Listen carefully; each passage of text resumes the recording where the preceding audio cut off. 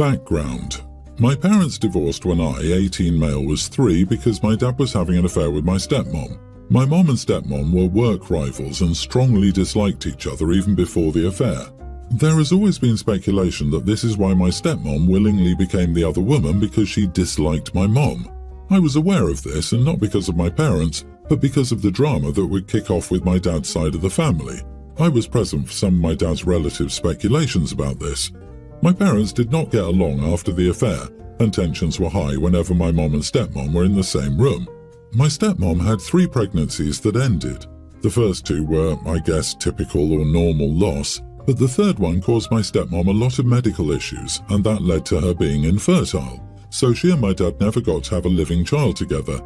After the third loss, my stepmom wanted me around because she wanted to feel like a parent, and she wanted to know she would still have me. She and my dad asked my mom if they could extend their time with me, and my mom laughed in her face and told her she didn't care what she'd been through and would not let me be used as a band-aid. My stepmom argued that she deserved compassion for what she was going through. It would be good for me to get that little extra attention and love since I wouldn't ever have siblings. My mom told her she'd never had compassion for her and didn't feel sorry for her. She told her she didn't deserve to be a mom after taking part in the end of my stability within my family. She did blame my dad too, but that has never been focused on as much by my dad and stepmom or his family. After that, my mom and stepmom were never in the same place together. They had third parties take care of exchanges of me until I was old enough to hop out of a car and into the home I was returning to. Once they realized I knew the details of what happened, my dad and stepmom were vocal about mom being cruel and hurtful to my stepmom, and that was why they weren't ever in the same room together. A few times I picked up on their desire for me to hate my mom for them, but I didn't.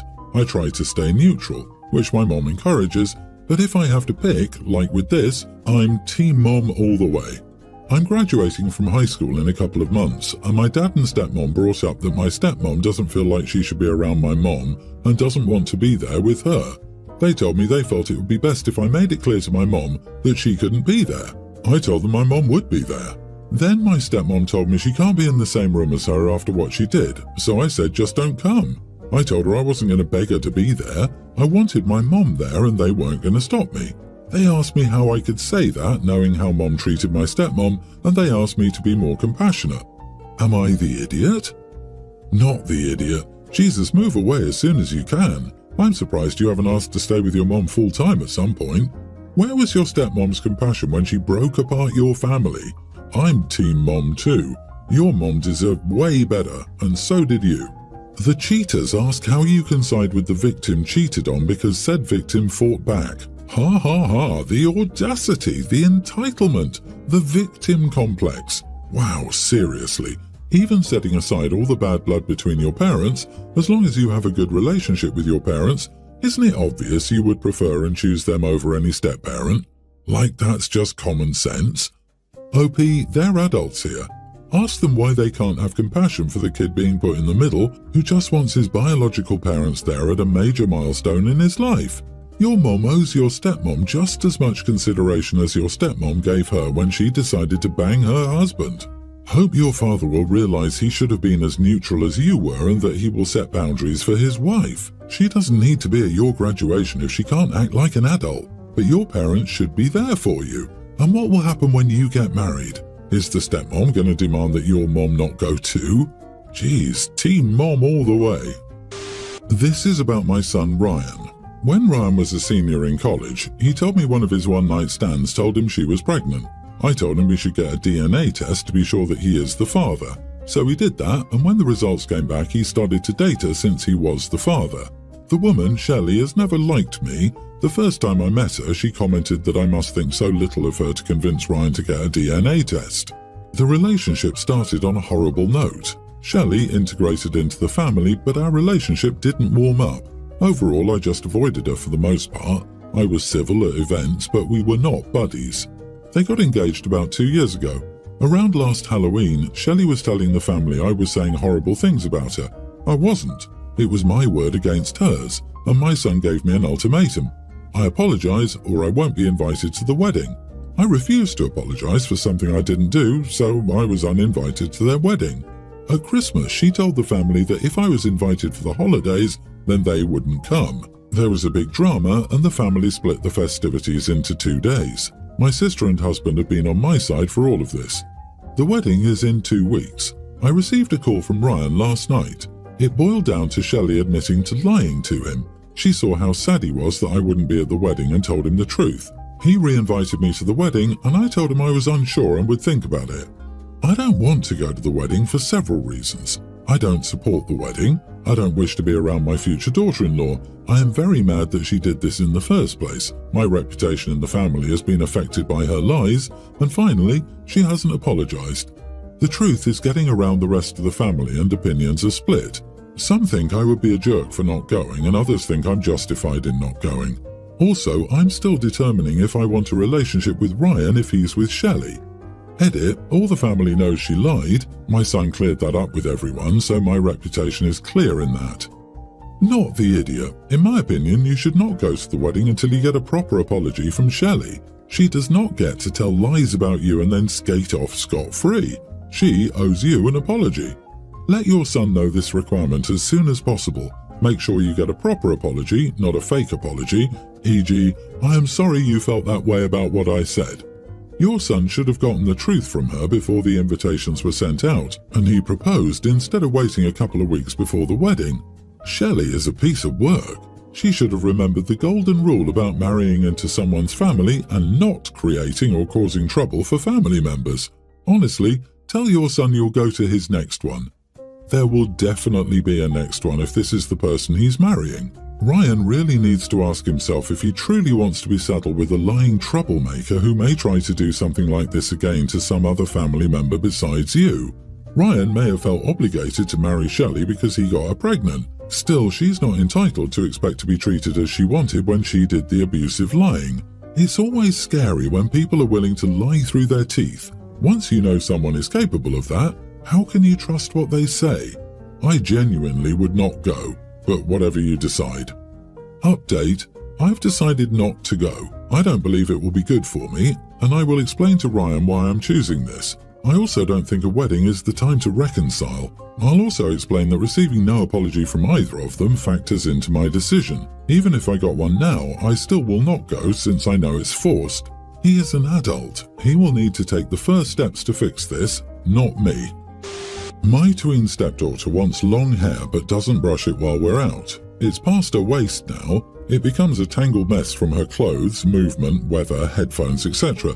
She'll brush it in the morning at home but won't do it again later in the day or allow us to do it. I hope you believe me that it looks awful, like she hasn't brushed it in days. I don't see other kids with long hair look like this. She somehow gets a teased look with parts sticking up, half folded over or up, divided strands so it looks unwashed, and a ball of knots.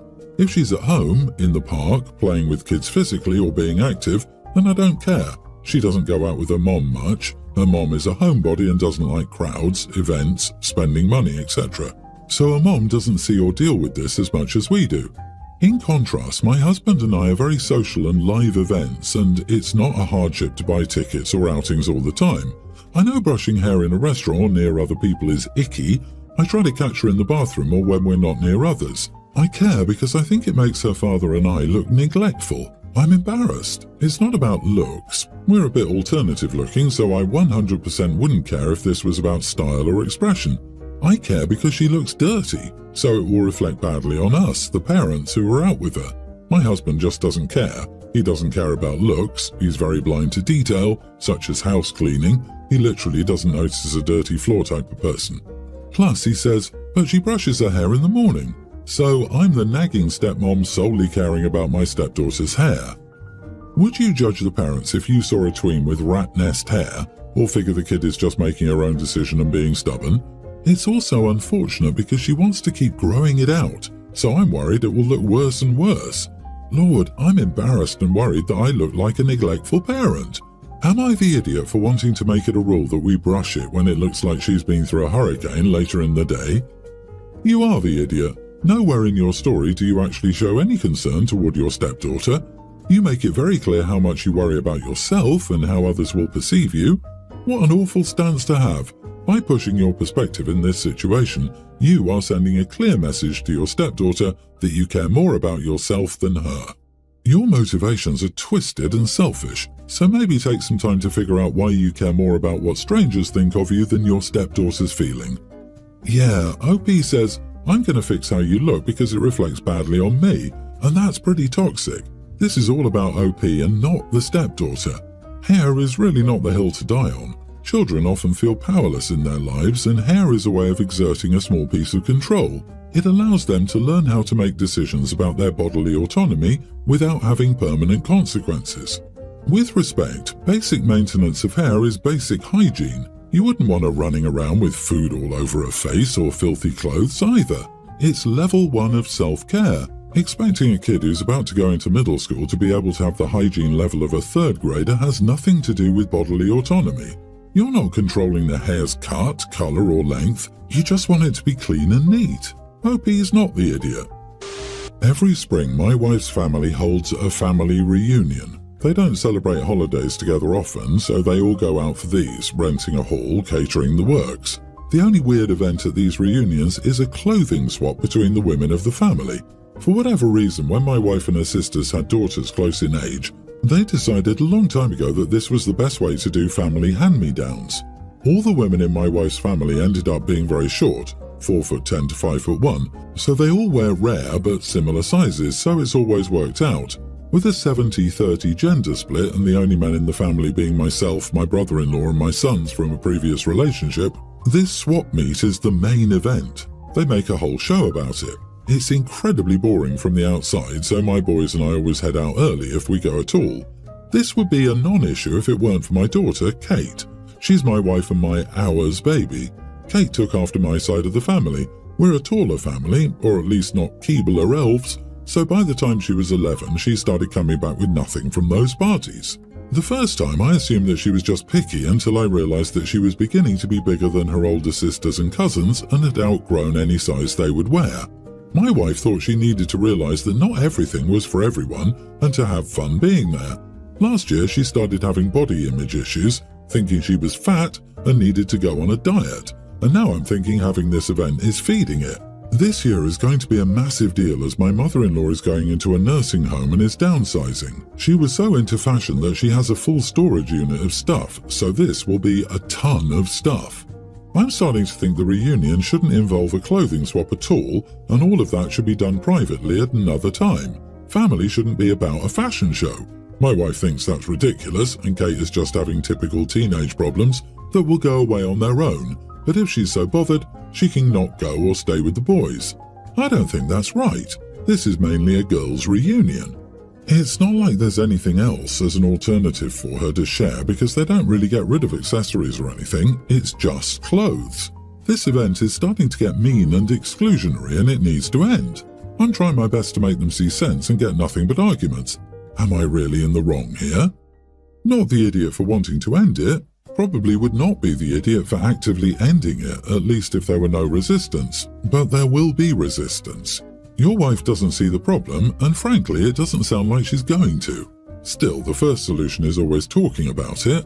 Talk with your wife about why it's upsetting and even harmful, and simply being told to sit out by your mother while everyone else is having fun is not a healthy solution.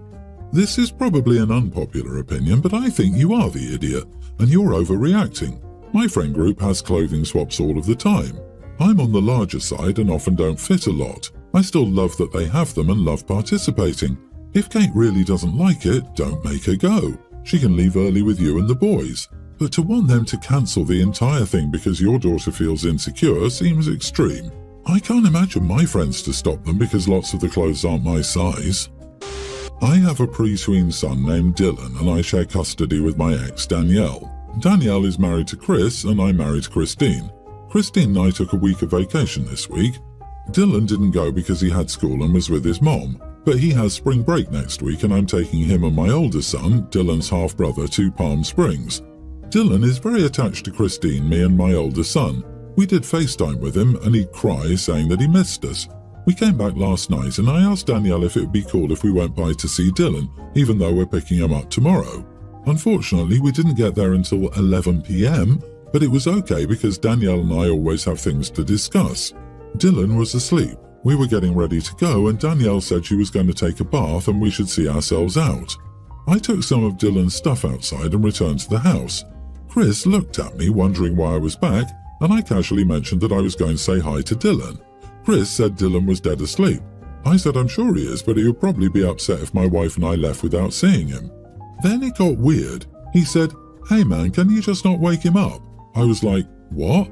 He said it was a hassle getting Dylan to go back to sleep and he wanted to go to sleep himself. I said I was going to put him back to sleep anyway. He started complaining that it took him an hour just to get Dylan to go to sleep. He even took him in the shower, gave him melatonin and played his noise machine. I said, "You're not going to tell me I can't say bye to my kid, but like I said, I'll make sure he goes back to sleep."